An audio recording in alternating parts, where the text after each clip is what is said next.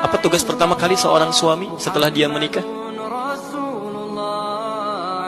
Halo? Boleh angkat tangan yang sudah menikah? Boleh angkat tangan? Jangan-jangan belasan tahun tidak tahu tugasnya ini, halo? Mencari nafkah, Masya Allah. Baik.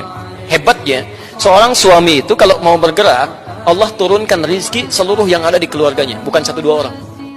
Jadi kalau di rumahnya misalnya ada suami, ada istrinya, ada 3 orang anak, begitu ini keluar berniat mencari nafkah, yang Allah turunkan langsung rizki 5 orang yang ada di rumahnya, bukan orang per orang. Jadi kalau tugas ini ditukar misalnya, dibebankan kepada istrinya, diminta mencari nafkah, pertama, tidak akan Allah turunkan rizki ini kecuali untuk orang yang bersangkutan saja. Sehingga seringkali perempuan yang ditugaskan mencari nafkah akan menghadirkan banyak persoalan ketika kembali pada keluarganya. Nanti bedakan antara bekerja karir dengan mencari nafkah, itu berbeda.